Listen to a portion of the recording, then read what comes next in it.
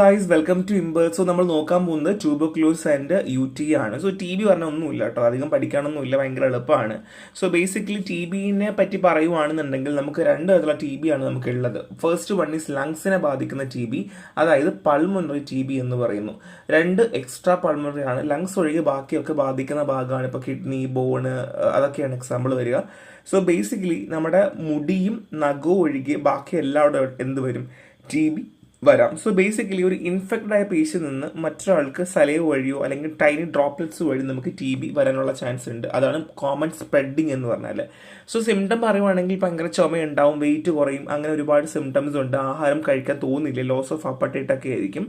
So പയ്യെ സ്പ്രെഡായിട്ട് പിന്നെ അതൊരു ക്രോണിക് കണ്ടീഷനിലേക്ക് പോവുകയും പിന്നെ ബാക്ടീരിയൽ ഇൻഫെക്ഷൻ വരികയും പിന്നെ ലീഡ്സ് ടു ഡെത്ത് ആണ്. ഇപ്പം അങ്ങനെ ആരും TB ഒന്നും മരിക്കാറില്ല, ഭയങ്കര കുറവാണ്. എന്നാൽ തന്നെ ഉണ്ടും താനും. സോ ഗ്ലോബൽ ഇമ്പാക്റ്റ് പറയുവാണെങ്കിൽ HIV വന്ന അല്ലെങ്കിൽ എയ്ഡ്സ് ഉള്ള ആൾക്കാർക്കൊക്കെ നമ്മൾ TB ചെക്ക് ചെയ്യാറുണ്ട്. ബിക്കോസ് ഇതൊരു ഇമ്മ്യൂണിറ്റി ബേസ്ഡ് ആയതുകൊണ്ട് വേണമെങ്കിൽ അവർക്കും ഒക്കെ ബാധിക്കാനുള്ള ചാൻസ് ഉണ്ട് എന്നുള്ളതാണ്. സോ ഇത് നമ്മളൊരു മിക്സഡ് ആയിട്ടുള്ളൊരു പ്രോഗ്രാമിലൂടെയാണ് നമ്മൾ ഇപ്പോൾ ചെയ്തുകൊണ്ടിരിക്കുന്നത്.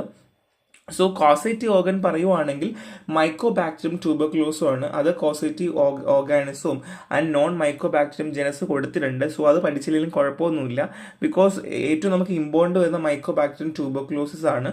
സോ ബേസിക്കലി കണ്ടുപിടിച്ച് റോബർട്ട് കോക്ക് എന്നൊരു മനുഷ്യനൊക്കെയാണ്. സോ അതൊക്കെ ജസ്റ്റ് അധികമുള്ള ഇമ്പോർട്ടൻറ്റ് ഇൻഫർമേഷൻസ് ആണ്. സോ TB എന്ന് പറയുന്നത് നമ്മുടെ ഇന്ത്യയെ സംബന്ധിച്ചൊരു ബേർഡൻ ആണ്. കാരണം 20% ഗ്ലോബൽ TB കേസും ഇന്ത്യയിൽ തന്നെയാണ് വരുന്നത്. So annually 1.8 million TB newly case ആണ് ഇന്ത്യയിൽ തന്നെ വരുന്നത്. അതായത് ഒരു ദിവസം തന്നെ ട്രിവാൻഡ്രം ഏകദേശം 2000 കേസുകളോളം റിപ്പോർട്ട് ചെയ്യുന്നുണ്ട്, പുതിയ ആക്റ്റീവ് കേസുകളും.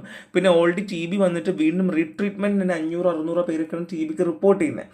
അതായത് ഇപ്പം നിങ്ങൾക്ക് TB കിട്ടിക്കഴിഞ്ഞാൽ ഒരു 4-5 വർഷം കഴിഞ്ഞ് നിങ്ങളുടെ ഇമ്മ്യൂണിറ്റി എപ്പോഴാണോ കുറയുന്നത് അപ്പോഴായിരിക്കും ഇത് വരുന്നുണ്ടാവുക, അല്ലെങ്കിൽ പ്രസിപ്പിറ്റേറ്റ് ഉണ്ടാവുക. അപ്പം ഇതാണ് ഇതിൻ്റെ ഏറ്റവും വലിയൊരു പ്രശ്നം എന്ന് പറഞ്ഞാൽ. ഉറങ്ങി അങ്ങനെ കിടക്കും കേട്ടോ. ഡോമിനൻസി സ്റ്റേജ് എന്ന് പറഞ്ഞാൽ ഭയങ്കര ആ ഒരു ഡോമിനേറ്റ് ചെയ്യുന്ന ഒരു സ്റ്റേജ് ഉണ്ടാവുമല്ലോ. അപ്പം ആ ഒരു സ്റ്റേജ് എന്ന് വെച്ചാൽ അല്ലെങ്കിൽ ആ ഒരു സ്റ്റേജിലേക്ക് എത്തുന്നത് വരെ ഭയങ്കര ഒരു ഉറക്കമുള്ള സംഭവമാണ്.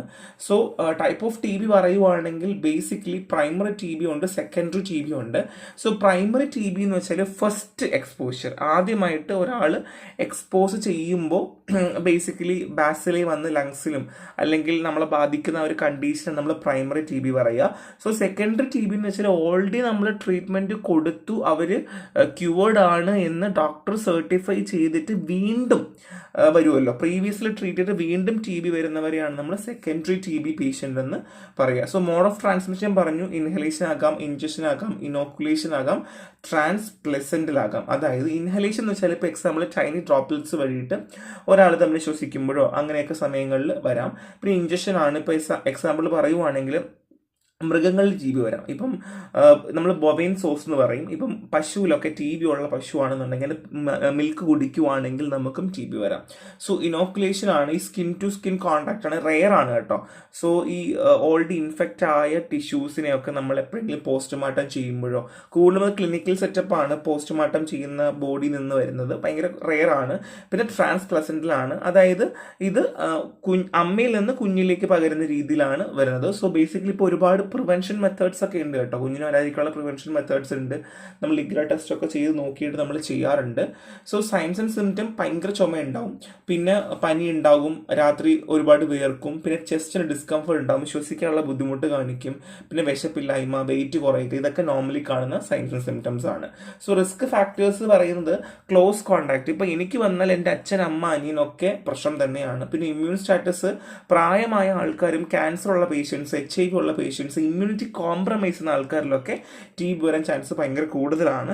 പിന്നെ ഹെൽത്ത് കെയേഴ്സ്, അതായത് ഇപ്പോൾ എക്സാമ്പിൾ ഇപ്പോൾ നമ്മളെപ്പോലെ ഹെൽത്ത് കെയറിലൊക്കെ വർക്ക് ചെയ്യുന്ന ആൾക്കാർ കാണുന്നുണ്ടെങ്കിൽ പ്രോപ്പർ ആയിട്ടുള്ള ഒരു കെയറിങ് ഒന്നും ഇല്ല, പ്രോപ്പർ ആയിട്ടുള്ള ഒരു കവറിങ് ഒന്നും ഇല്ല എന്നുണ്ടെങ്കിൽ നമുക്ക് നിർബന്ധമായിട്ടും പണി കിട്ടും എന്നുള്ളതാണ്.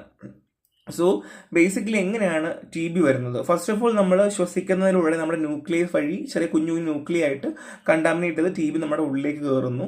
പിന്നെ ആ ബാസിൽ നമ്മുടെ ആൽവിയോളയിലും ലങ്സിലേക്കും ട്രാൻസ്പോർട്ട് ആകുന്നു. അവിടെ ചെന്നിട്ട് ഓർഗാനിസംസ് മൾട്ടിപ്ലൈ ചെയ്യുന്നു. മൾട്ടിപ്ലൈ ചെയ്തിട്ട് ഡിഫറെൻറ്റ് ലിംഫ് നോഡിലേക്ക് വരുന്നു, പിന്നെ ബ്ലഡ് സ്ട്രീംസിൽ വരുന്നു. അങ്ങനെയാണ് നമുക്ക് TB ഇൻഫെക്റ്റ് ആകുന്നത്. അപ്പോൾ ഒന്നും കൂടെ പറയാം, ആദ്യം ഇൻഫെക്ഷൻ്റെ ഡ്രോപ്ലെറ്റ്സ് ഉള്ളിൽ കയറുന്നു, ട്രാൻസ്പോർട്ട് ലങ്സിലേക്ക് പോകുന്നു, പിന്നെ അതിനുശേഷം മൾട്ടിപ്ലൈ ചെയ്യുന്നു, പിന്നെ ലിംഫ് നോഡ് ഫോക്കസ് ചെയ്ത് പോകുന്നു, ബ്ലഡ് സ്ട്രീംസിൽ കയറുന്നു. ഇങ്ങനെയാണ് ടി ബി നോർമലി പാത്തോജനസ് പറയുന്നത്. സോ എങ്ങനെ ഡയഗ്നോസ് ചെയ്യാം? ഫസ്റ്റ് ഓഫ് ഓൾ നമ്മൾ ക്ലിനിക്കൽ ഡയഗ്നോസ് ചെയ്യാറുണ്ട്. സോ നമ്മൾ ഫസ്റ്റ് ഓഫ് ഓൾ ഏതൊരു പേഷ്യൻ്റ് നമ്മൾ അതിന് ചെസ്റ്റ് എക്സ്റേ എടുക്കും. നമുക്ക് സസ്പെക്ട് ചെയ്ത് കഴിഞ്ഞാൽ ചെസ്റ്റ് എക്സ്റേ എടുക്കുക എന്നുള്ളതാണ് ഫസ്റ്റ് ഓഫ് ഓൾ ചെയ്യേണ്ടാവുക. സോ എക്സ്റേയോ സി ടി സ്കാനോ നമ്മൾ എടുക്കും. ഇതാണ് ഫസ്റ്റ് നമ്മൾ ചെയ്യുന്ന കാര്യം.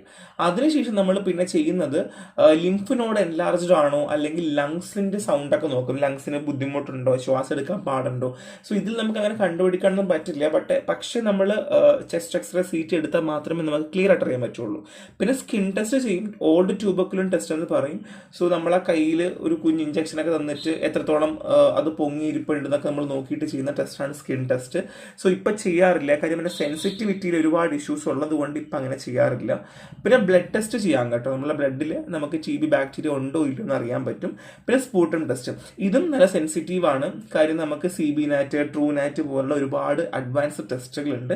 സോ നമുക്ക് നമ്മുടെ സ്പൂട്ടം ടെസ്റ്റ് ചെയ്തുകൊണ്ട് നമുക്ക് എന്ത് ചെയ്യാൻ പറ്റും, നമുക്ക് അറിയാനായിട്ട് പറ്റും. സോ ഇതാണ് ഡയഗ്നോസിസ് ഓഫ് ടി ബി എന്ന് പറഞ്ഞാൽ.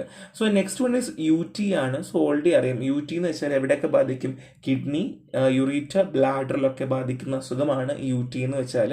So lower U T A ഉണ്ട്, ഈവൻ ദോ ബ്ലാഡർ, യുറീറ്ററിലൊക്കെ കോമൺലി അഫക്റ്റ് ചെയ്യുന്നൊരു അസുഖമാണ്. കൂടുതലും സ്ത്രീകളിലാണ് കേട്ടോ യു ടി ബാധിക്കാറുള്ളത്. പുരുഷന്മാരിൽ യു ടി ബാധിക്കുന്നത് വളരെ കുറവാണ്. ബേസിക്കലി ഫീമെയിൽ എന്തുകൊണ്ടാണ് കൂടുതൽ യു ടി അസുഖം വരാനുള്ള കാരണം എന്ന് വെച്ചാൽ അവരുടെ റീപ്രൊഡക്റ്റീവ് ഓർഗനും ആൻഡ് ഈ ഒരു യൂറിനേറ്റിംഗ് സിസ്റ്റം അല്ലെങ്കിൽ നമ്മളെ ഒരു എക്സ്ക്രീറ്ററി സിസ്റ്റത്തിൻ്റെയും ഒരു അറ്റാച്ച്മെൻറ്റും അല്ലെങ്കിൽ ആ ഒരു അനാറ്റമിക്കൽ പ്രശ്നങ്ങൾ ഉള്ളത് കൊണ്ടാണ് സ്ത്രീകളിൽ എപ്പോഴും യു ടി കാണാനുള്ള ചാൻസ് കൂടുതൽ.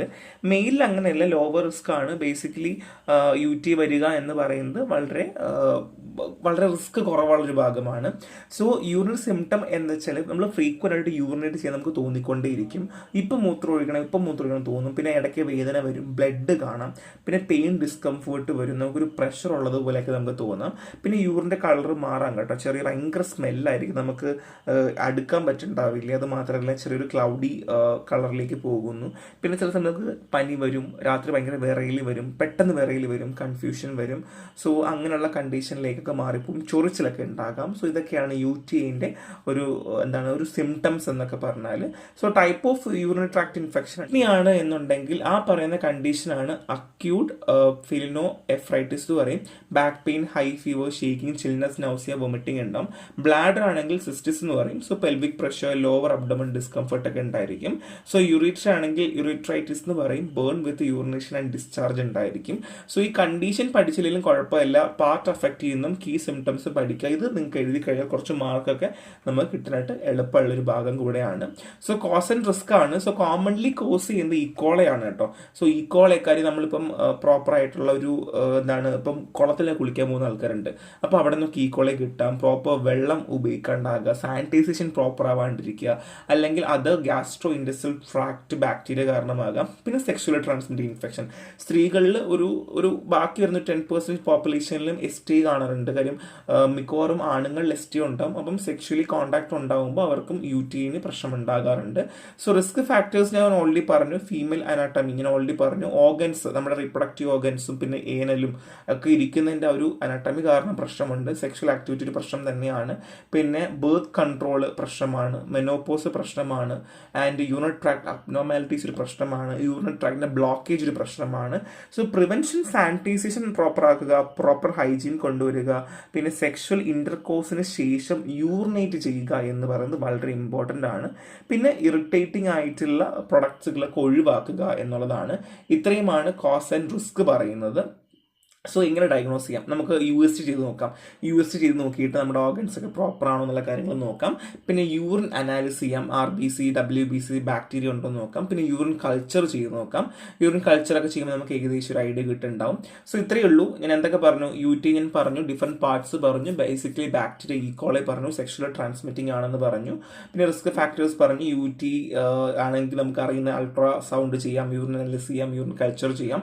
ഇതേപോലെ TBക്ക് ആണെങ്കിൽ നമുക്ക് എന്ത് ചെയ്യാം, നമുക്ക് സ്പൂട്ടം ചെക്ക് ചെയ്യാം, പിന്നെ ഓൾഡ് ട്യൂബർക്കുലോസിൻ ടെസ്റ്റ് ചെയ്യാം, പിന്നെ പാസ് ടെസ്റ്റ് ആണ് അതിൻ്റെ എക്സാമ്പിൾ വരുന്നത്, പിന്നെ നമുക്ക് ബ്ലഡ് ടെസ്റ്റ് ചെയ്യാം. അങ്ങനെ ഒരുപാട് കാര്യങ്ങൾ നമുക്ക് ചെയ്യാം. CT എക്സ്റേ ഒക്കെ എടുത്ത് നോക്കാൻ പറ്റും. പിന്നെ എന്താ പറഞ്ഞത്, 2 ടൈപ്പ് ഉണ്ട്, പൾമണറി ഉണ്ട്, എക്സ്ട്രാ പൾമണറി ഉണ്ട്. സോ മൈക്കോബാക്ടീരിയം ട്യൂബർക്കുലാണ് ആൻഡ് സോ ബോവൈൻ സോഴ്സ് ഉണ്ട്. സോ കൗവിൻ്റെ മിൽക്കൊക്കെ പിടിച്ച് നമുക്ക് പണി കിട്ടും. അപ്പം ഇങ്ങനെയുള്ള കാര്യങ്ങളൊക്കെ നോക്കി വെക്കുക. ഡ്രോപ്ലെറ്റ് ട്രാൻസ്മിഷൻ ആണ്. അപ്പോൾ ഇതൊക്കെ സിമ്പിൾ കാര്യങ്ങളാണ്. ഇതൊക്കെ നോക്കി വെക്കുക, എളുപ്പം പഠിക്കാം. സോ പാത്തോജനസും അറിയാലോ, ഓൾറെഡി ബാക്ടീരിയ ഉള്ളിൽ കയറുന്നു, സോ അവിടെ ഡിവൈഡ് ചെയ്യുന്നു, പിന്നെ നമ്മുടെ ലങ്സിൻ്റെ അവിടെ നിന്ന് തന്നെ നമ്മുടെ ലിംഫ് നോഡിലേക്ക് മാറുന്നു. അപ്പോൾ ഇതെല്ലാം നമുക്ക് അറിയുന്ന കാര്യങ്ങളാണ്. അപ്പം അധികം ഒന്നും എക്സ്ട്രാ വലിച്ച് നീട്ടി ക്ലാസ്സുകൾ പറയുന്നില്ല. സോ നെക്സ്റ്റ് കാണാം. Thank you.